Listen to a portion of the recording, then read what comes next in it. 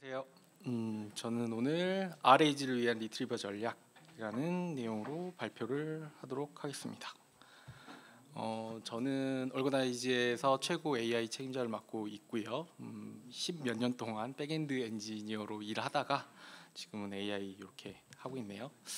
오늘 말씀드릴 내용은 이제 RAG가 대충 뭔지 간략하게 설명드리고 지금 챗GPT나 이런 것 때문에 굉장히 LLM이 발전돼 있어서 말 되게 잘하는데 왜 아직도 답변은 제대로 안 나오는가, 그거에 대해서 좀 얘기를 해보려고 합니다. 그래서 이제 RAG가 뭔지부터 좀 말씀드리도록 하겠습니다. 나온 거는 2021년에 맨 처음 나왔고요. 이때는 아직 GPT-3 시절이죠. 그리고 그래서 이 제너레이션 쪽에서 그렇게 말이 되게는 하고는 있지만 그렇게 놀라운 성능을 발휘하지 못하는 시절이었는데, 이제 오픈 AI에서 모델을 발표하고 난 다음부터는 이 제너레이터의 성능이 엄청나게 높아지니까 얘가 이제 이거를 이용해서 어떻게 이제 기업 내부 문서 혹은 나만이 알고 있는 문서들에서 답변을 할 수 있을까 하는 고민들을 하기 시작했습니다. 그래서 이제 사람들이 많이 채택하고 있는 방법이 RAG인데요. 프롬프트에다가 그냥 내가 물어본 질문에 대한 답변 후보들을 프롬프트에다 집어넣는 방식입니다. 어려운 거는 개념상 어려운 건 아니고요. 그래서 그렇게만 잘 들어가면 이 놀라운 LLM이 답변을 잘 해주고 있는데요. 이 문제는 그럼에도 불구하고 아직도 내 기업 내부 문서에서 답변을 해주는 거는 갈 길이 멀어 보인다. 이런 느낌이 좀 있습니다. 퍼플렉스티 AI처럼 웹사이트에서 답변을 해주는 것도 성능이 이제 놀라운데 유독 기업 내부 문서에서는 아직도 어려워요. 근데 그 어려운 이유가 보통 또 찾아보면 리트리버 성능이 잘 안 나온다 이런 얘기가 있는데, 저는 오늘 리트리버 얘기도 할 거고 그다음에 흔히 간과되고 있는 도큐먼트 파싱에 관한 내용도 이야기를 좀 해보려고 합니다.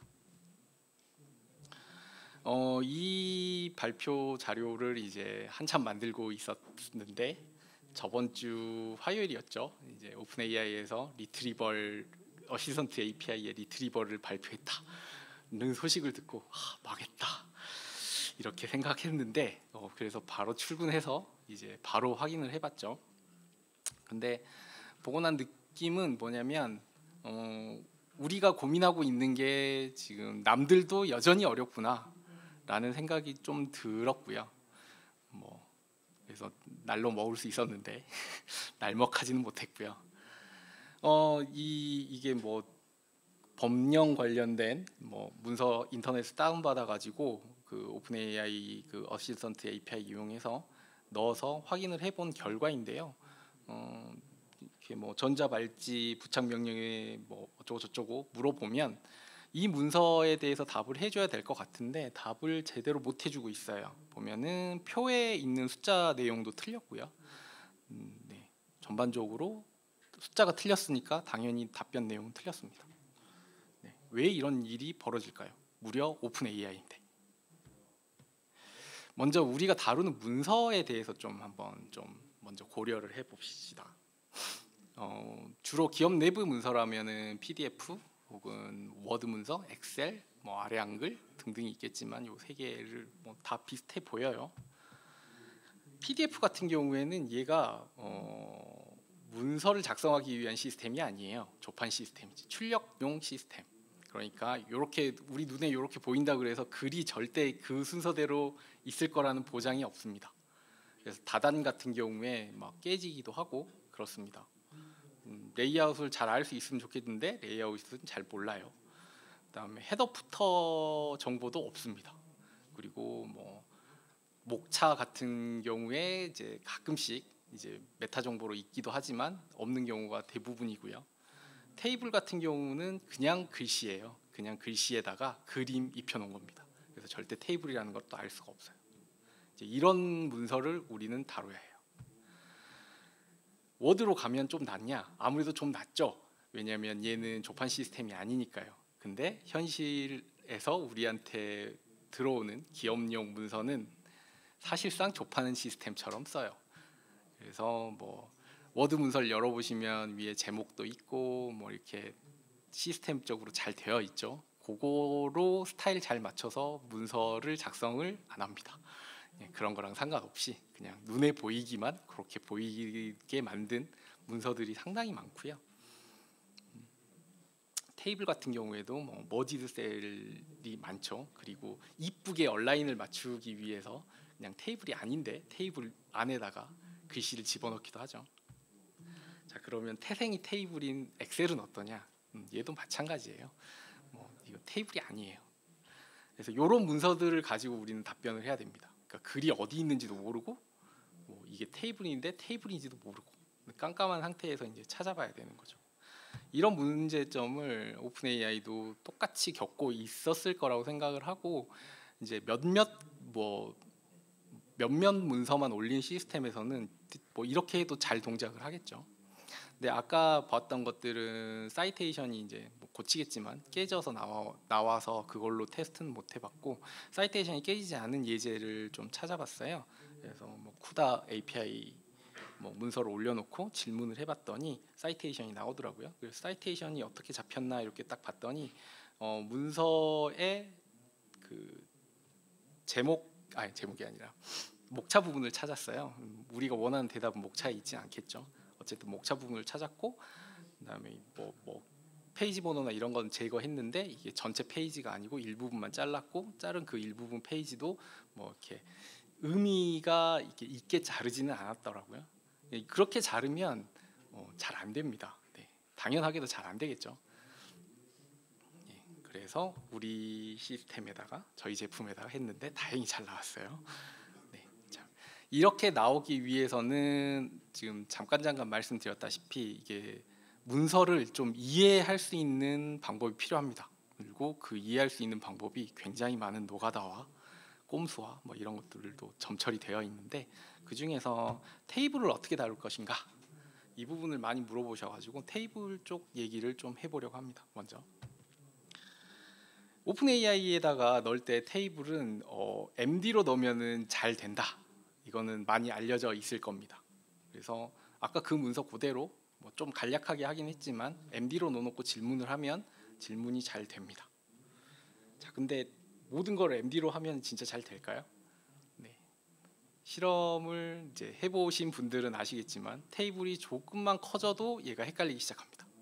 그리고 실제 이제 우리가 다루는 문서에서는 테이블 안에 이렇게 숫자만 있는 테이블도 있겠지만 거기에 글이 있는 경우들도 있고 글에는 당연히 엔터라든지 아니면 이렇게 수직파 같은 특수 문자들이 들어가고 그런 것 때문에 MD의 포맷이 깨집니다. 이제 그런 것들을 다루면은 이제 더 이상 MD가 아니에요. 네. 그래서 요거를 그럼 어떻게 처리해야 되지?를 고민을 하다가 그럼 테이블을 그냥 말처럼 써볼까? 해서 테이블로 자연어를 만들었어요. 그래서 요 테이블을 그냥 말로 이렇게 쭉 설명을 한 거죠. 헤더를 보고 뭐 연도는 2008년이고 이렇게 쭉 헤더만 알 수 있다면 저렇게 말을 만들어내는 건 기계적으로 만들어낼 수 있겠죠. 저런 식의 기계적으로 자연어로 만들었을 때 답변 역시 훌륭합니다.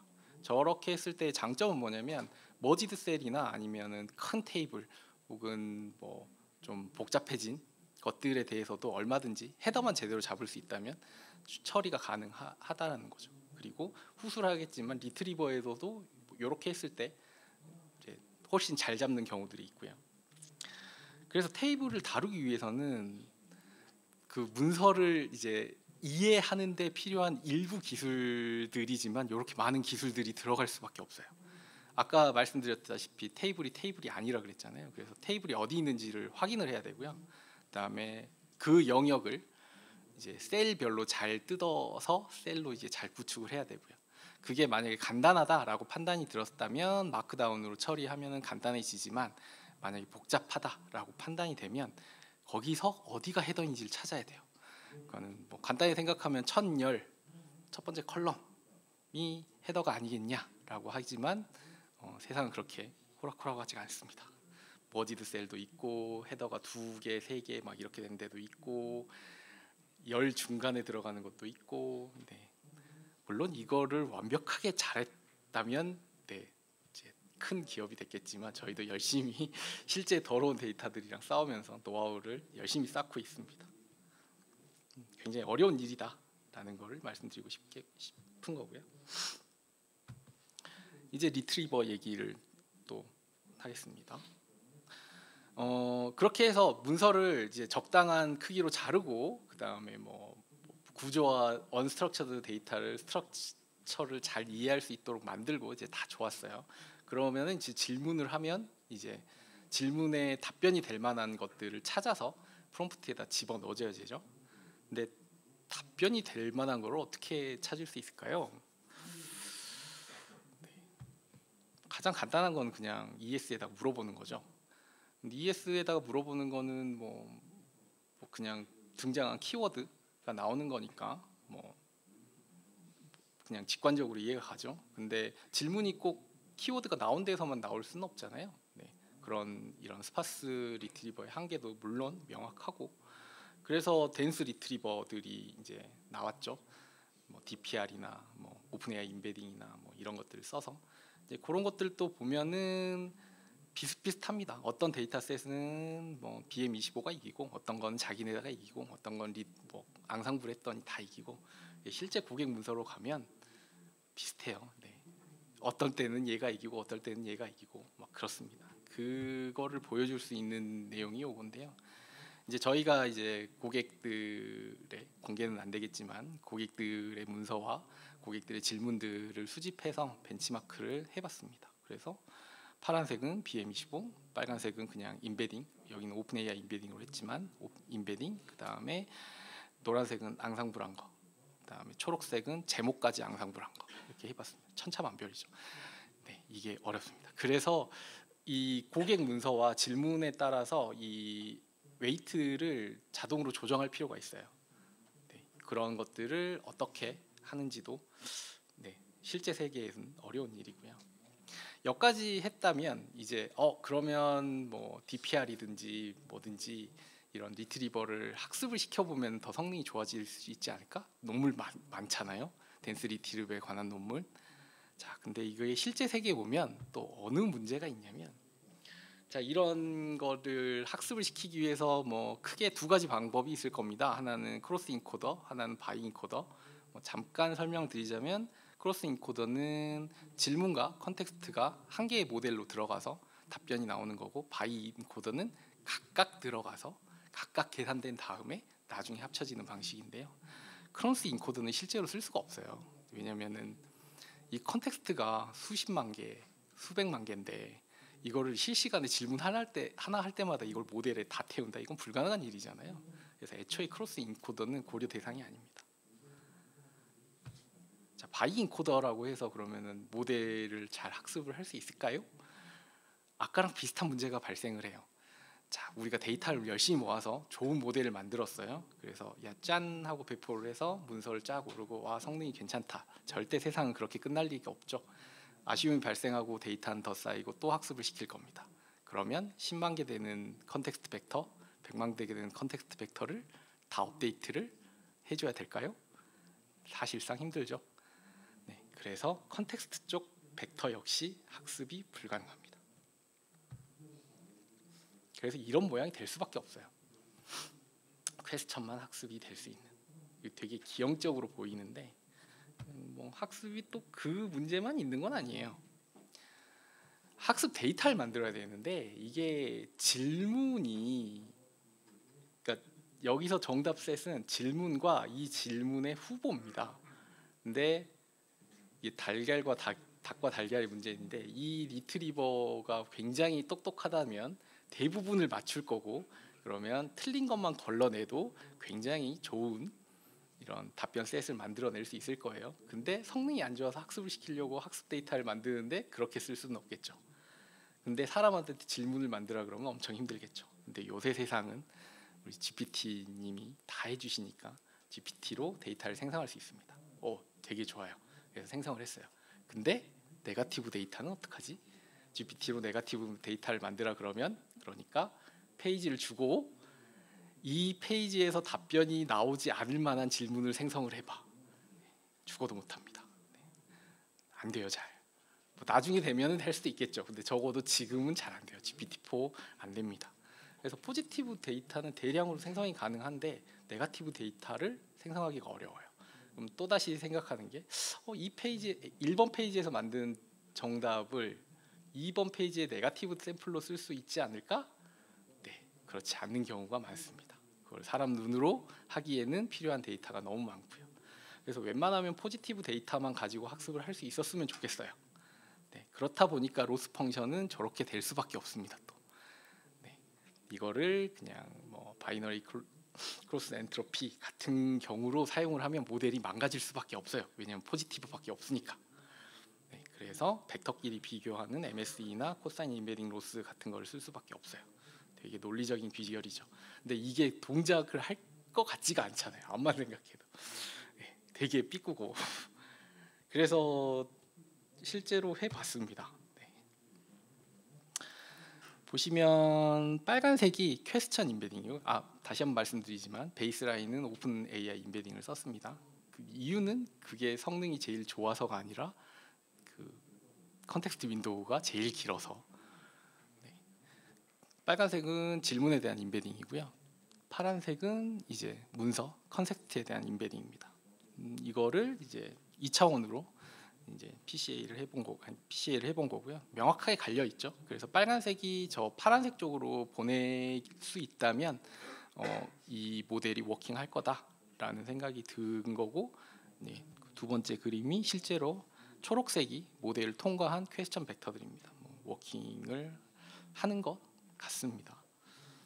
그럼에도 불구하고 이게 왜 되지? 혹은 이게 맞는 건가? 라는 의문을 떨칠 수는 없는데 어쨌든 실제로 되니까 우리가 고차원의 세계는 상상하기 참 힘들죠. 그래서 결과를 요약하면 이렇게 얻었습니다. 이것 역시 그 데이터셋에 따라서 또 많이 달라져요. 근데 그 중에 한 데이터셋인 거고요.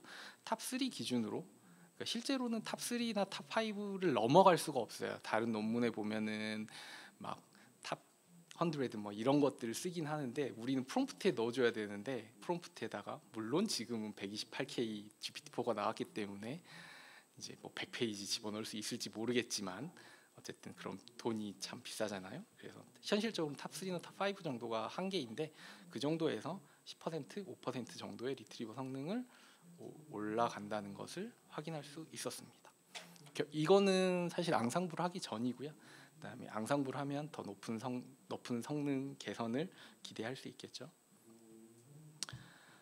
네, 그래서 정리를 하자면 LLM은 굉장히 뛰어나졌어요. 네, 네. 그럴수록 이제 도큐멘트 파싱과 리트리벌 단계가 매우 중요해지고 있고 그게 지금의 상태인 것 같습니다.